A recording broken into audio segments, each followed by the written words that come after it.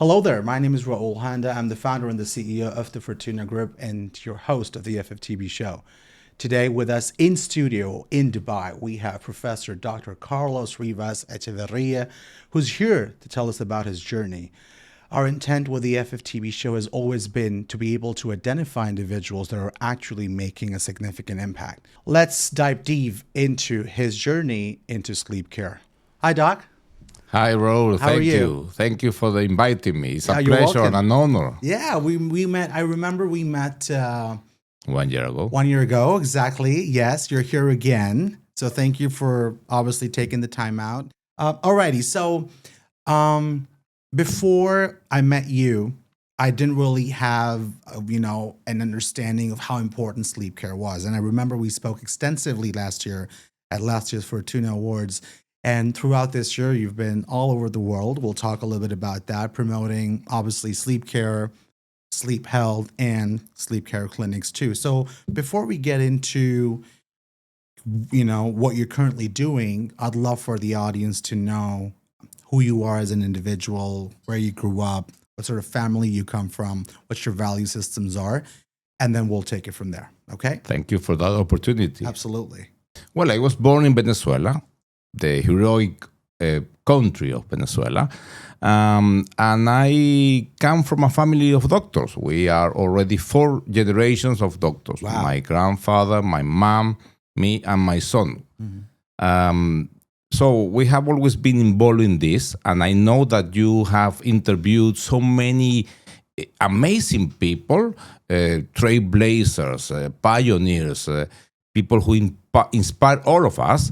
And they are entrepreneurs, for instance, but they always help people. That's what they do. And this is amazing. This is a need.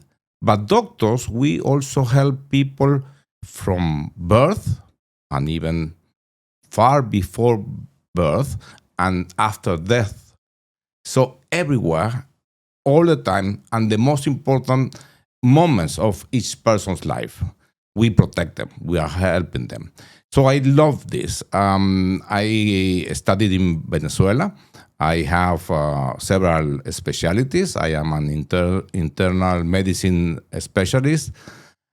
I love medicine, internal medicine, but we can prescribe medication for decades, and the outcomes are not always the best. Right. I am very impatient, hyperactive, let's say. That's what I became, an intensive care consultant, critical care, which is fantastic. You can see results in seconds, minutes, hours, or only few days.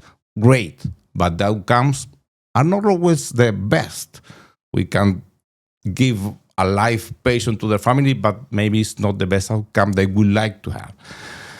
So, sleep medicine, we can have those fast results immediately, few hours only, but last forever and giving them not only the patient, but the family and society a wonderful quality of life, which is better than even health quality of life.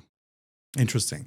So you said you coming from 4 generations of doctors. So there was always, when you were growing up, you always wanted to be a doctor. I'm sure that was the thought process, because it's like generational wealth, generational knowledge.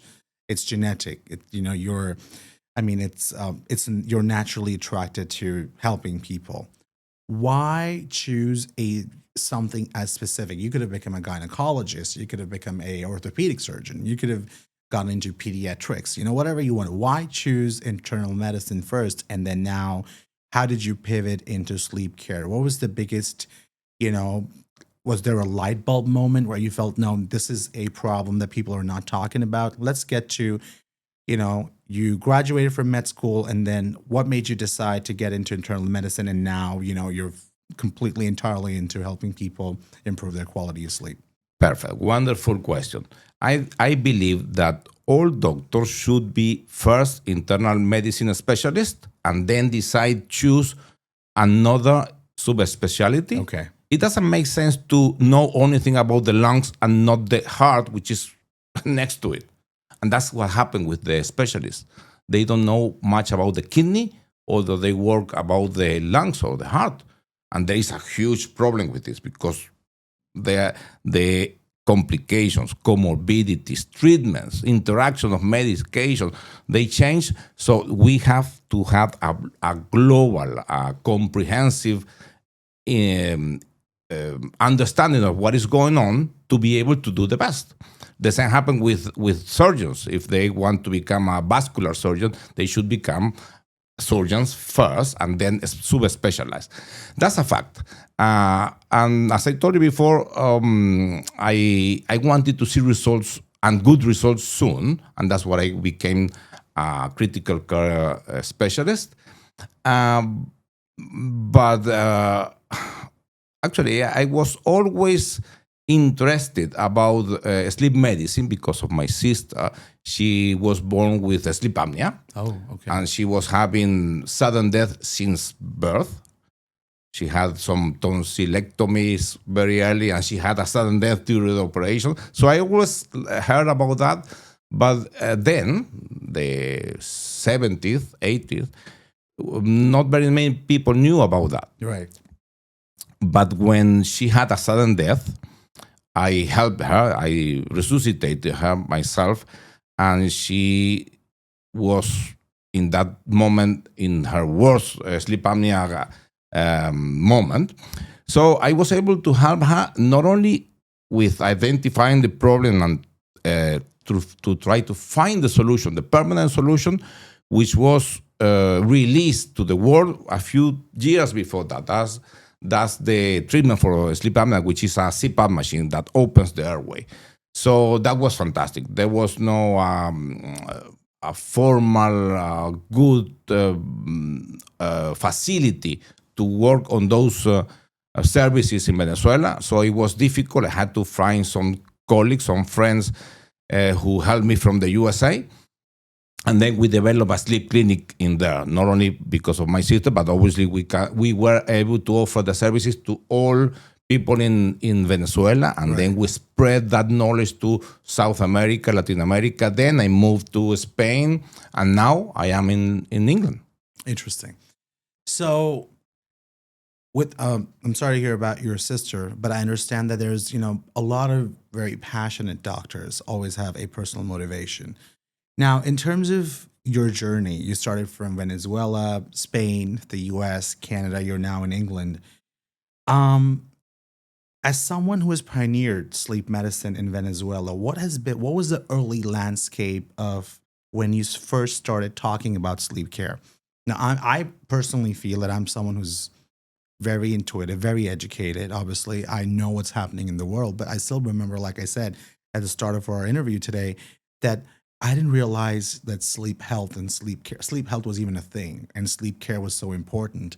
So can you tell us, since you've been in this industry for a really long time, how was the industry, or how was the awareness that people had about sleep care when it started versus how is it now? And where do you see it's going to go in the next 10, maybe 20 years from now on? So if you can give us the past, the present, and the future of sleep care, that will give me some perspective and our audience some perspective on, where we were to where we are today and where we want to get to. Love to get your insights on that. Wonderful question, Raul. Actually, the answer is easy, and you are helping me now, because what I faced then in Venezuela almost 30 years ago, 20-something years ago, maybe 50 when she was born, is the same that I face in England nowadays.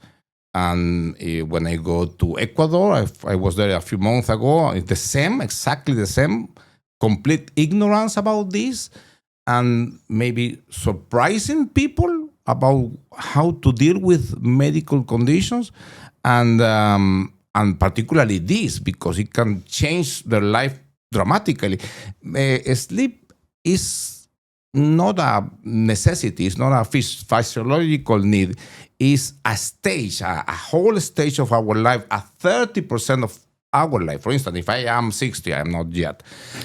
20 years I have been sleeping. And we doctors, we don't heal. We are patches only. Patches, like say antibiotic or something, but our Body heals on its own, and it happens when we sleep. So this is indispensable. We can remember things just because it happens. It recorded in our brain when we sleep. We get the information. You are getting the information now, but it will be consolidated tonight when you sleep, and then you will remember forever. That's how it happens. But if you don't fall asleep in the following days because you are studying for that exam, that very important exam, and you want to pass the exam, and you study a lot, but you don't sleep, you will fail because of that. So it's very important. So yes, it's interesting that there is still nowadays a lot of ignorance about sleep in general, about sleep medicine particularly. Most doctors, they don't know about this, although they work in conditions like cardiovascular disease, metabolic disease, diabetes, etc., obesity.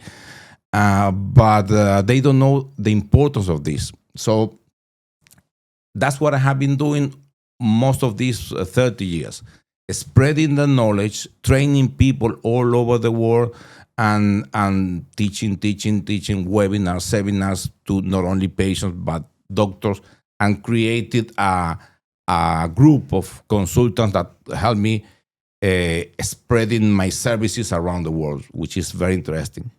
All right.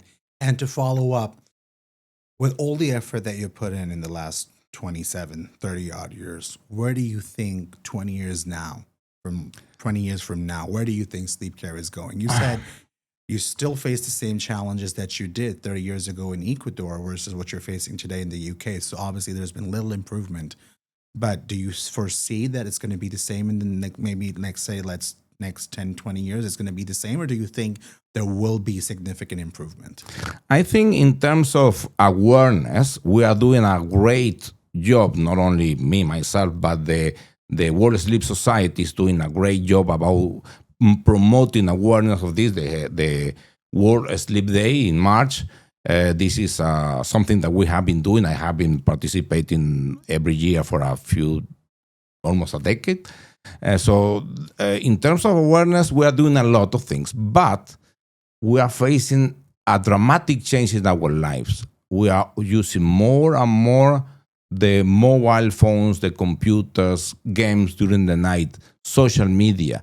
So the pandemic of insomnia, and particularly after COVID, which causes insomnia itself, yes. damage of the yes. brain, yes. the nerve system, and the pandemic of obesity related with sleep apnea, with their consequences, hypertension, heart attacks, stroke, heart failure, kidney problem, etc., I think, and on the other hand, there is a huge problem about giving the opportunity to have access to the sleep test to diagnose appropriately the condition, sleep apnea or insomnia or whatever, and to provide the best treatment. For instance, the CPAP, because of economical issues.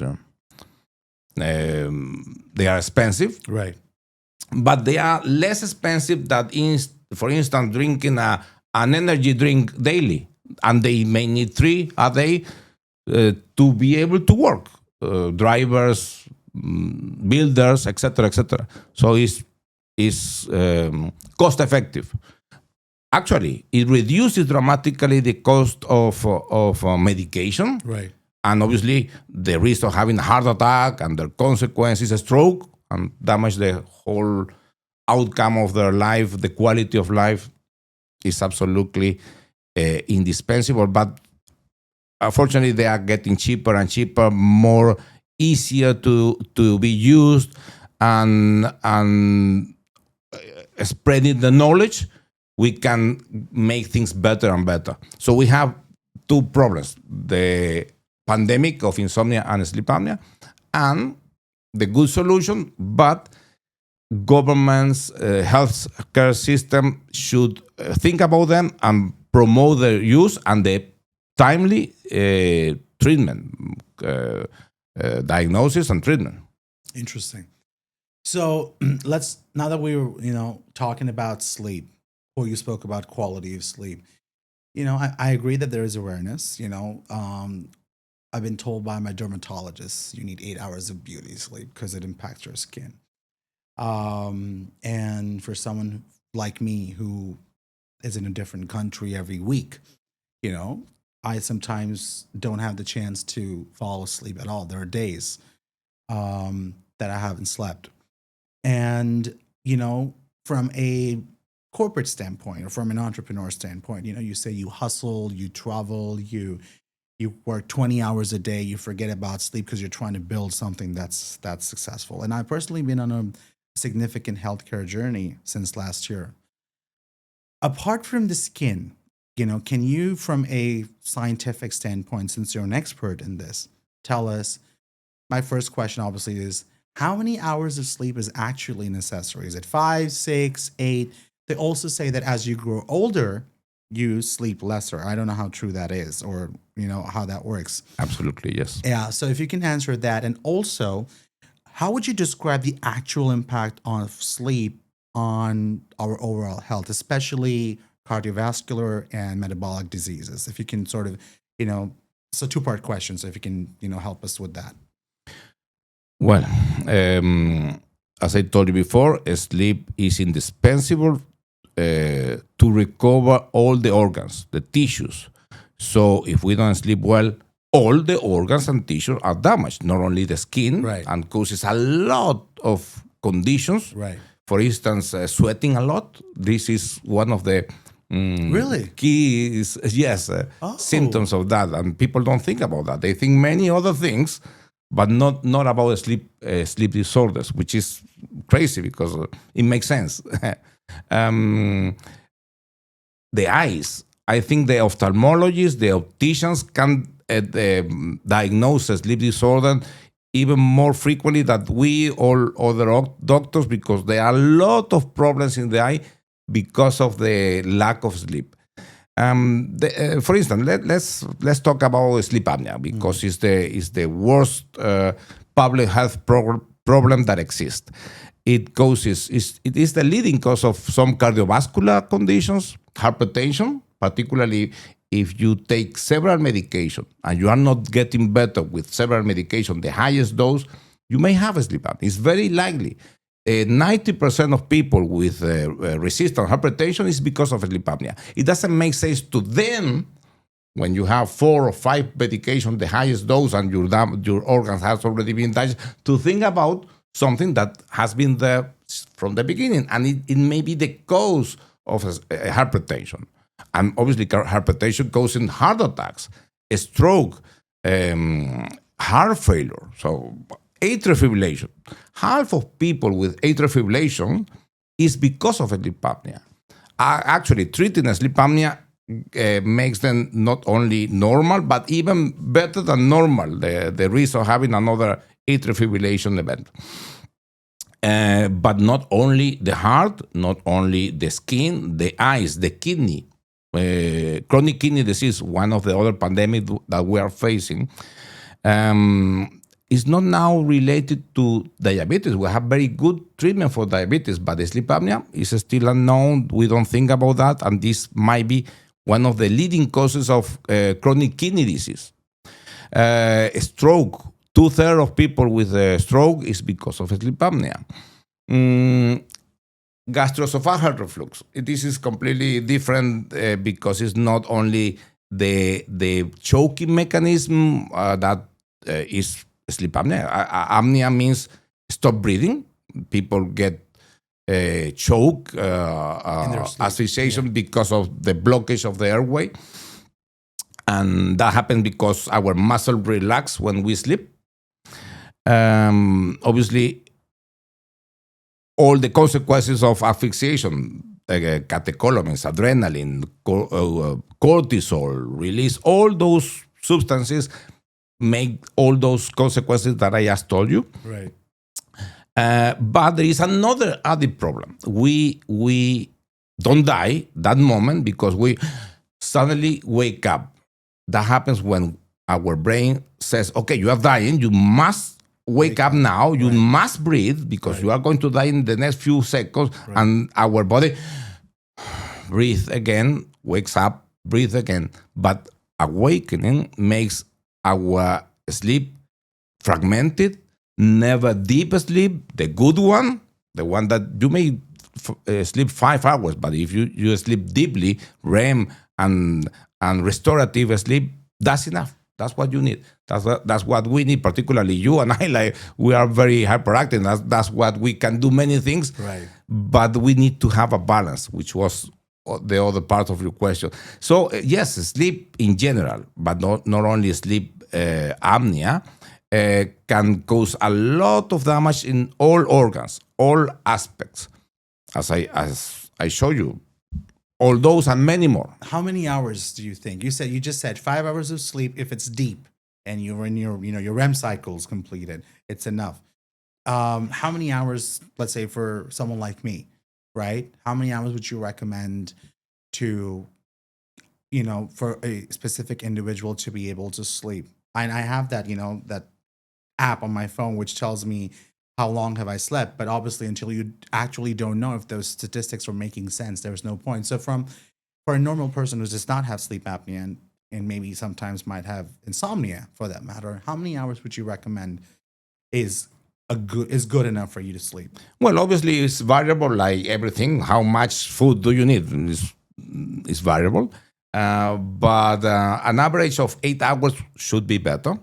But some people just need 5 hours. Yeah. I for instance, Fidel Castro or Donald Trump or Vladimir Putin, they may sleep only 3 or 4 and they can ruin the world. So maybe they're enough. Okay, but it needs to be good. For instance, sleep apnea means sleeping a lot. They fall asleep whatever in the buses, at work, having sex. Everything? Really? Yeah. What are you saying? Actually, that is a sight to see. Yeah, Okay. yeah. I have received waves of patients. One of the large waves, they fall asleep while they're having sex. Yes, exactly. Christ. Yeah. Okay. Okay, interesting. I didn't know that was possible. Actually, it's causing erectile dysfunction and other Really? sexual dysfunction. Oh my God. Lack of appetite, libido. Yeah.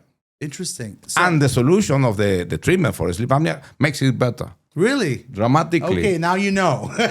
Okay, so let me ask you a follow-up question. You explained to us what sleep apnea means, and the choking of the airway, you wake up, your brain sends a signal. Do we know what's the definitive cause? Is it genetic? Is it your lifestyle? Is it like a mental trigger? What causes sleep apnea? You said it's widespread, it's the biggest problem. It's the most common problem, which also leads to other problems. So we already established that this is a big concern. But what causes it? Well, for instance, in children, the mainly condition that triggers it and causes it is hypertrophy of the tonsils. Okay, they are big, they are large, and the solution is very easy to remove them because we don't need them. Right. Okay, and they will get better forever.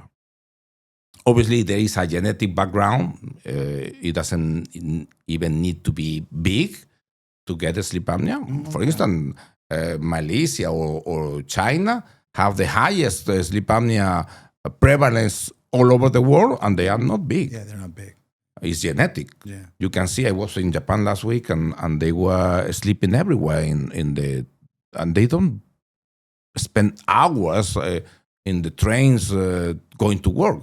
They don't come from another city like we do in London, for instance. If you need to go to work, you need to spend 4 hours going there. But they have very good traffic facilities, and they are sleeping the 30 minutes in the. But that's a very interesting observation, doctor, because Japanese culture promotes sleeping in the train, sleeping at work. I mean, it's culture, but what you're saying is that significant number of the Japanese population, especially that side of the world, has sleep apnea. Yes. It's not easy. It's not difficult to identify people with sleep apnea. there is the stigmata, so even my sister, the one that I told you before, she had Down syndrome, Right. and she was able to identify people just the way their face is, their size, or the sleepiness. Yes, it's not difficult. You can spot it somewhere in the supermarket, the street, or whatever.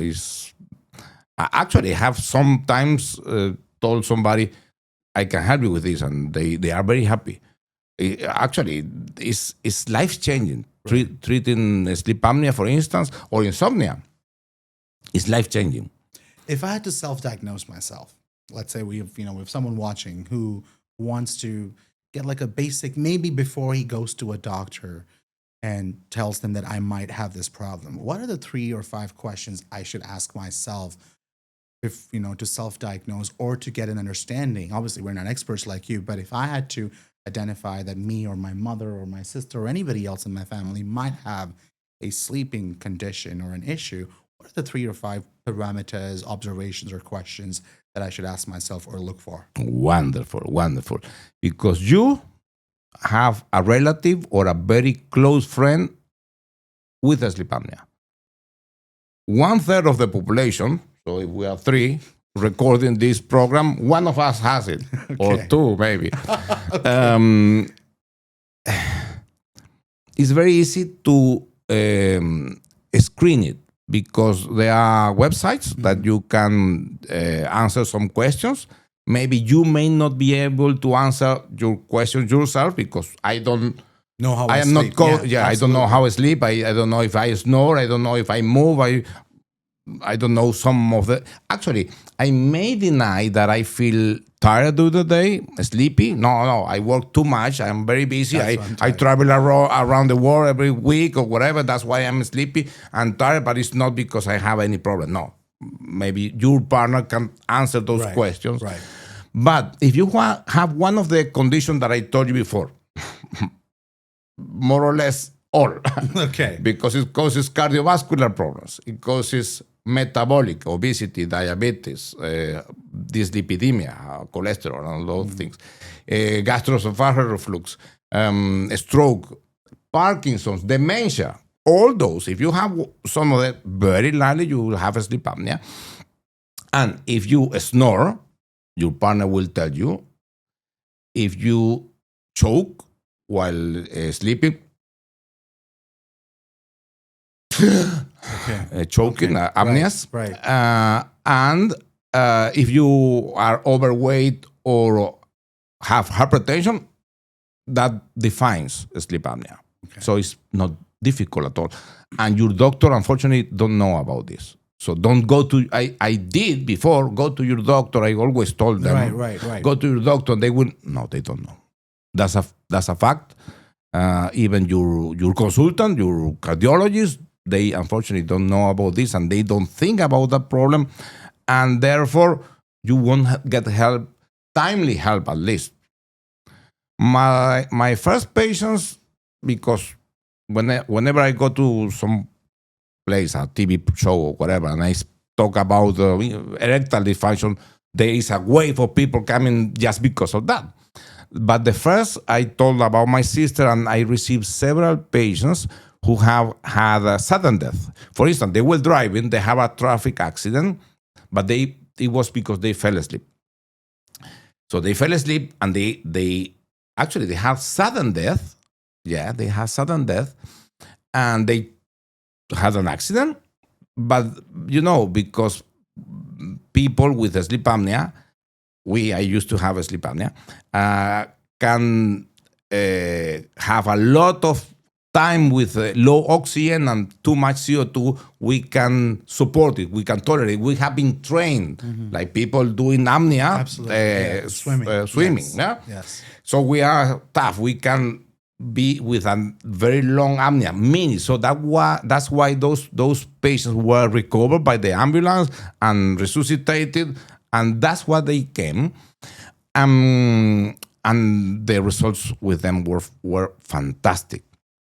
Were amazing. The following day, they woke up and they said, "Oh my God, this is wonderful. I slept I don't remember when was the last time I slept. I dreamt. I haven't dreamt for decades.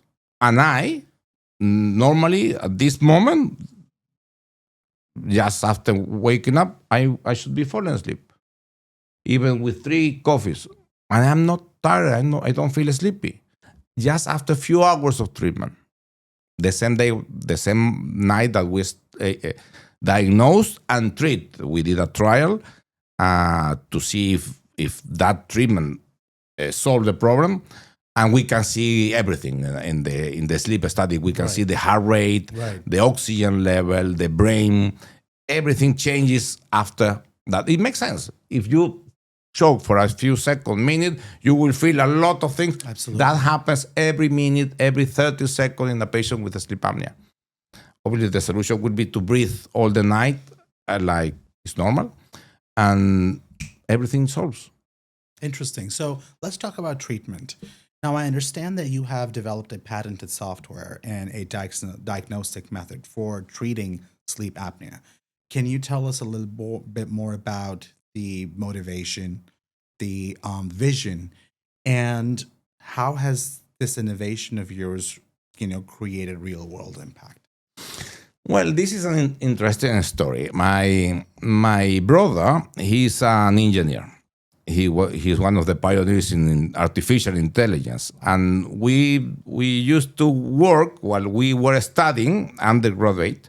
We used to cooperate and think and work on different things. So we developed some expert system, artificial intelligence software for treating different conditions, rheumatic problems, heart attacks, cardiac resuscitation. How to do that with a software. Right. So I had the opportunity to work with the people who developed the first CPAP, the same company. I'm not going to mention them, but I used to work with them, distribute their products in Venezuela.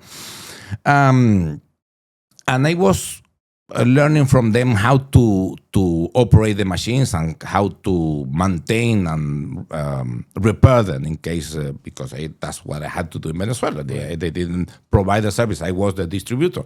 So they developed a device that recorded the apneas, but nothing else. So, but the CPAP could also record the oxygen level, the heart rate, and many other parameters, which is the full polysonography. And I say, well, can we operate both of them together? Can we do that so we don't have only the small pieces of information that this device does, but if we use both together, can we have something like a full polysonography? And say, well, yeah, that's a good idea. I patented it first before them, and this is what we use nowadays. If you are having a sleep study, this is the same mechanism that we are having.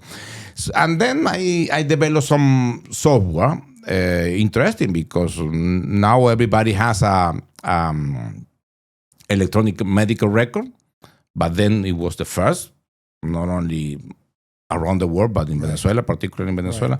But it can also help in other admin roles like appointments, invoicing, etc., etc. And the know-how, we were able to transfer the know-how to our franchise system without needing them to know the pathway, the solution. All was behind the software, so they were able to replicate the know-how without even knowing the reasoning, which is fantastic. Interesting. How expensive is it to treat a condition like sleep apnea? You said this one in 3 people. You just told us, you gave us a rough statistic that 33% of the world's population has sleep apnea. It's definitely a pandemic. How expensive it is to treat sleep apnea? That's my first part A question. And part B question, how easily accessible is sleep care? And I'm not only talking about developed countries, but Far East Asia, the Middle East. I know that you're doing everything you can, and the World Sleep Congress is doing everything it can to create awareness. But for the people that are watching and who probably might have one of the symptoms that you've mentioned throughout the interview today, and they want obviously now to start finding a solution. So let's say they've identified that this is a problem, but obviously, the working class. So that's my question. How expensive do you think, or from a goal perspective, how expensive is it to treat sleep apnea? Can it be treated at home with exercises, etc.? And how do you find a good sleep care professional? Because finding a good cardiologist itself is a challenge. Finding a good pediatrician is a challenge. And there's so many of them. And there are very few people like you that are actually looking at sleep care, which in itself is like, a very niche subspecialty. So how do you find a good sleep care provider or a doctor who can help you with this? And how expensive is treating sleep apnea?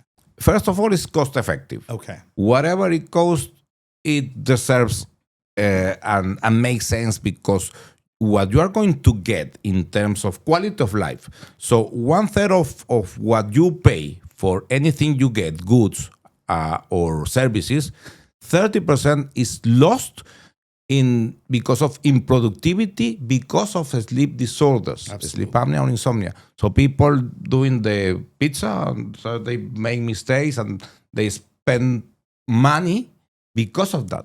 So increasing 30% the productivity of your company, that makes sense. Interesting. Yeah. Besides that, all the medication that you may not need, all those 4 or 5 medications, the highest dose anti-hypertensive drugs, you may not need them. And if you were treated for sleep apnea at the beginning, you shouldn't need all of them and get the kidney problem and the heart problem and all that. So it's affordable. It's not prohibited. Actually, you can buy a CPAP very cheap. I don't know, 200, 300, 500, 1,000 pounds. It's not expensive. Mm-hmm. I insist, cheaper than buying energy drinks daily. And they may need many, 2, 3 a day. I used to drink 3 a day. Okay. Because I was in the intensive care unit and I wasn't able to afford falling asleep while intubating somebody. So 3 of those energy drinks is more expensive. Right. In 1 year than the whole machine for the rest of your life. You never change it. That perspective. Yeah. Okay. So, and my follow-up question is, are there any sort of lifestyle changes or exercises or any techniques that people can do at home to ensure that, they are improving the quality of their sleep, apart from sleeping for 8 hours a day? I know people say meditate, do some specific body exercises to relax your body. There's specific music, that people listen to fall asleep. So that's to fall asleep. But are there any specific lifestyle changes that you would recommend in order to ensure that, they're able to, if they start taking treatment through a doctor, they're able to cure their sleep apnea? And how do you find a good sleep care provider? Well, obesity is the first cause in adults of sleep apnea. So you lose weight. You lose weight. And you can do it. You can do it with exercise and diet. Sometimes it might be a problem because of our lifestyles. We travel a lot. We don't eat what we should when we should, right. But what we can whenever, when possible, and not sleeping well. If that is the case, it might be difficult. Okay. But yes, if we could do those life changes, I know that some people go to the hotel and they come here to Dubai, for instance, and instead of going to enjoy the city and they go to the gym. This is good. This is good. I am not blaming them. This is fantastic idea. This is not my personal choice, but this is what we can do. Okay. There is always solution. Gyms are everywhere. You can do it daily, and it's for people who do exercise. This is better than any other medication. Right.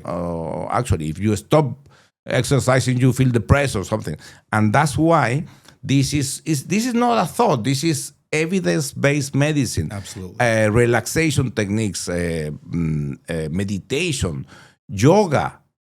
Tai Chi, all those are fantastic to restore, and it will help not only with insomnia but also sleep apnea. Diet, unfortunately, there are good places like here, Dubai. You have wonderful food, all more or less Mediterranean food, which is Yes. the best. Yes. But this doesn't happen elsewhere. I was in Japan last week, and the food is fantastic. But when I am in England, it's not the same. I try to find the best restaurant. Junk I agree. Food. I Junk agree. food. Yeah, yeah. I agree. The food Exactly. in England is, that's another podcast for another day. Okay, how do you find a good sleep care provider? How do you know? Like I said, it's already challenging to find a good doctor to get your flu fixed. You said that sleep medicine or sleep disorders, sleep conditions, sleep quality is a niche, and everybody wants to take a bit of it. So you will find very stupid things, very, very stupid things. Something to tape your mouth so that you. That's on the what internet. Everyone does that. What a stupid thing! Thank you. I thought so too. It can choke you forever. It can kill you. Definitely. There are some tapes here that The magnetic one, which helps you breathe better. Yeah. I ordered that. Didn't work.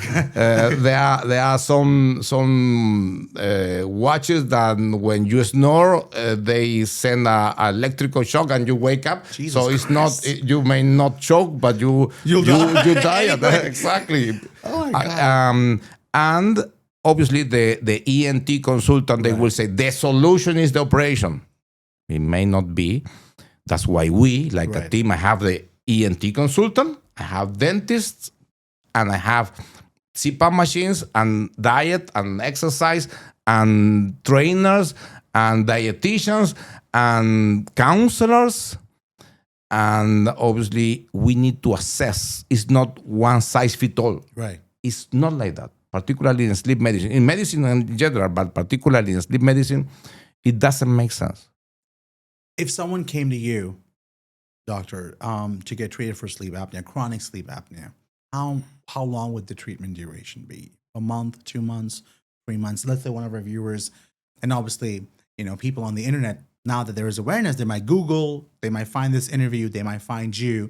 So to give perspective, I know no one size fits all, but if someone came to you for treatment with chronic sleep apnea, how much time would it take for you to actually, get them to a position where they can dream again? Well, they can dream again the first day. They will be better the same day. Right. They won't fall asleep while driving, while working, while having sex. The sexual, academic, work life impact, social, multi people fighting with their colleagues. This is a nightmare, to be honest.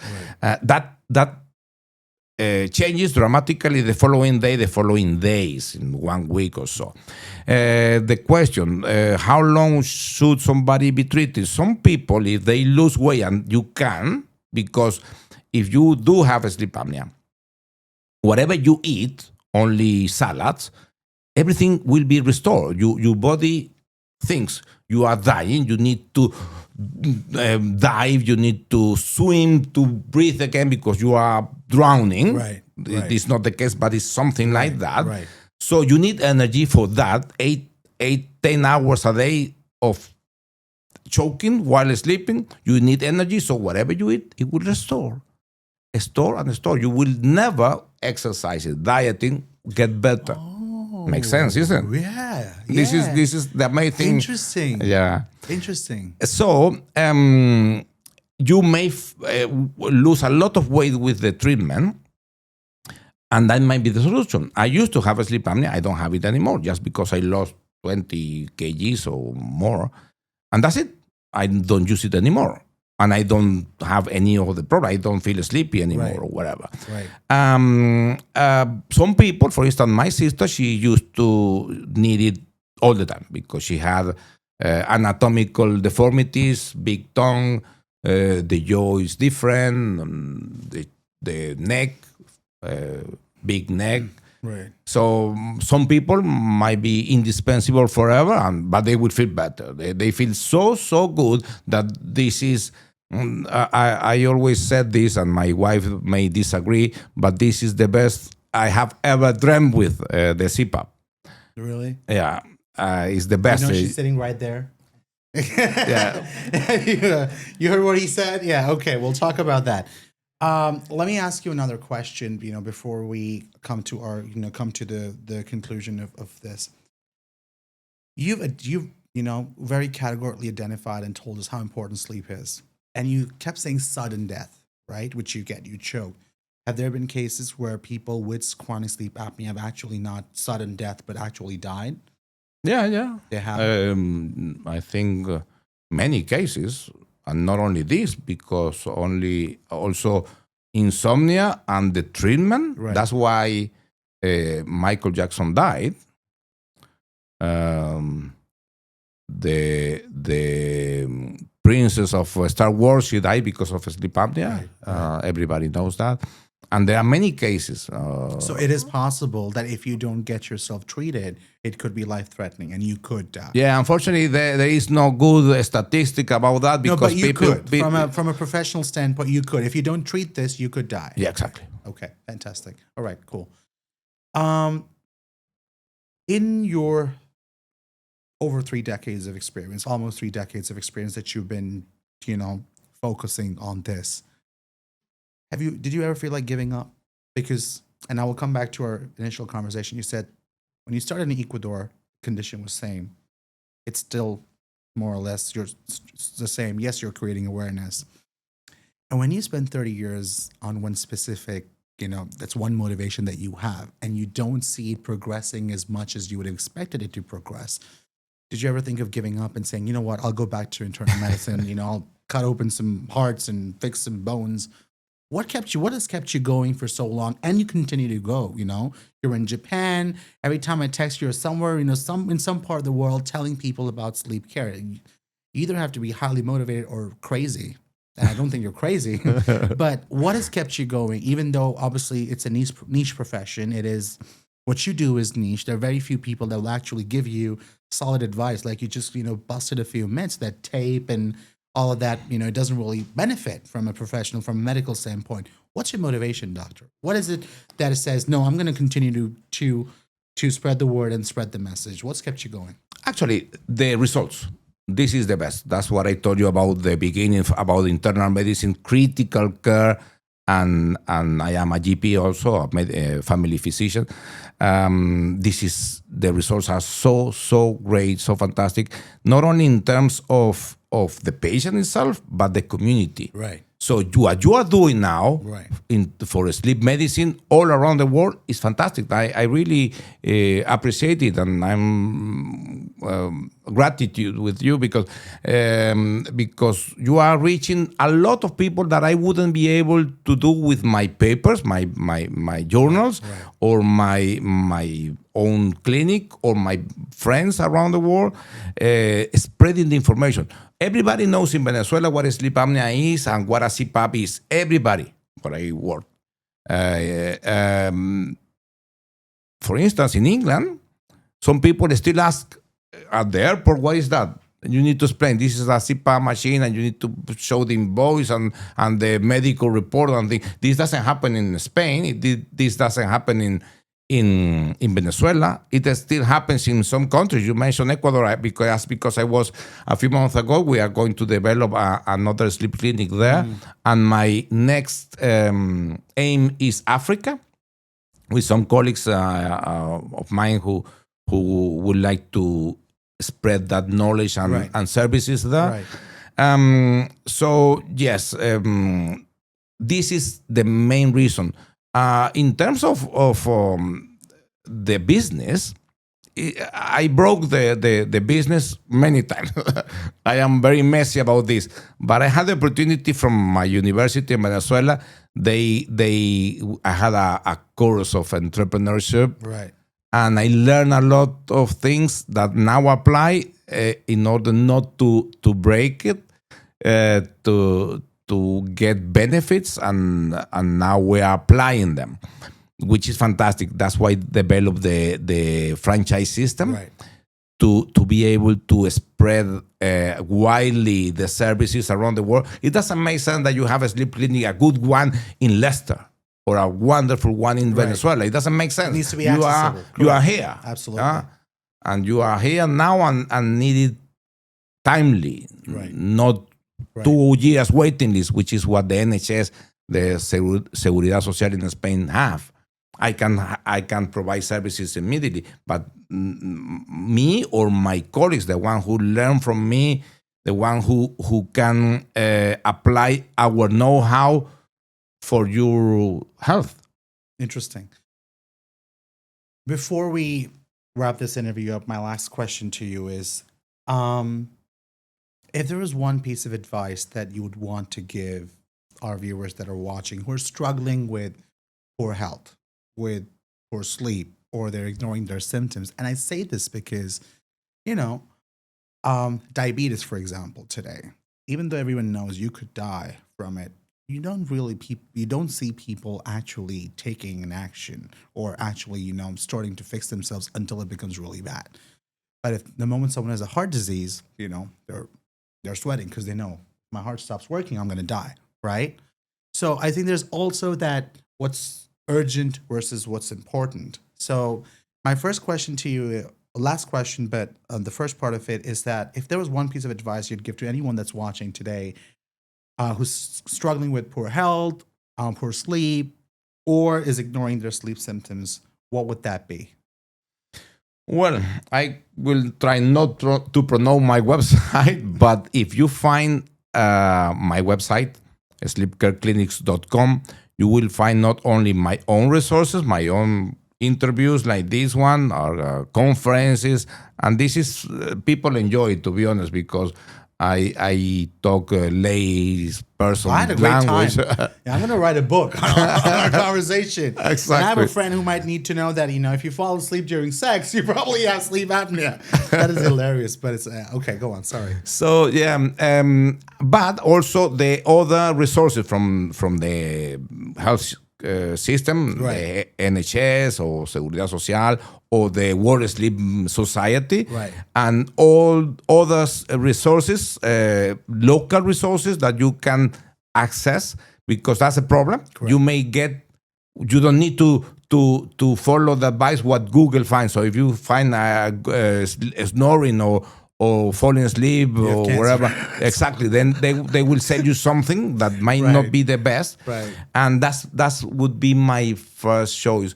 There is a lot of good information, but it's difficult to pick up. So I curated it on my website. You can find it, and you don't need to see me, because you will not be able to come to my clinic, but you will be able to find the good resources. Actually, you can find them the questionnaires, the Stop Bank questionnaire, the Berlin questionnaire, the Which can EBO. help them identify. Exactly, Right, and they right. will show you. You may have a Right, problem. Then interesting. you will need to find a good consultant to work on this. As I told you before, it might not be easy, because maybe you go to your GP and they won't know what it is, a fact, or you will go to a consultant and they may want to offer you an operation or something, Right. and it may not help. Right. So it might not be easy, but yes, if you find the good information, and I will be always happy to answer your question. I will be always approachable. If you text me directly, I don't last long in replying. Oh, this is directed to me. No, this is because he emailed me and I read them 6 months later. I reply 6 months later. But if he texts me to my WhatsApp, I reply immediately. All right. Well, thank you so much, Dr. Carlos. It was a fantastic conversation today. I've learned a lot about sleep, and and I'm gonna now make a few phone calls and tell a few friends, get yourself checked. But to everyone that's watching today, I think the intent of the FFTB show has always been to be able to break myths and to create awareness about what's out there.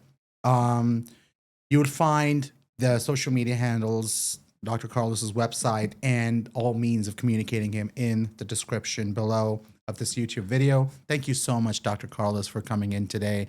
And I can't wait to do this another time where we can talk more about, hopefully the future of sleep care and how and everything that you're doing so far to improve it. Thank you very much. I appreciate it.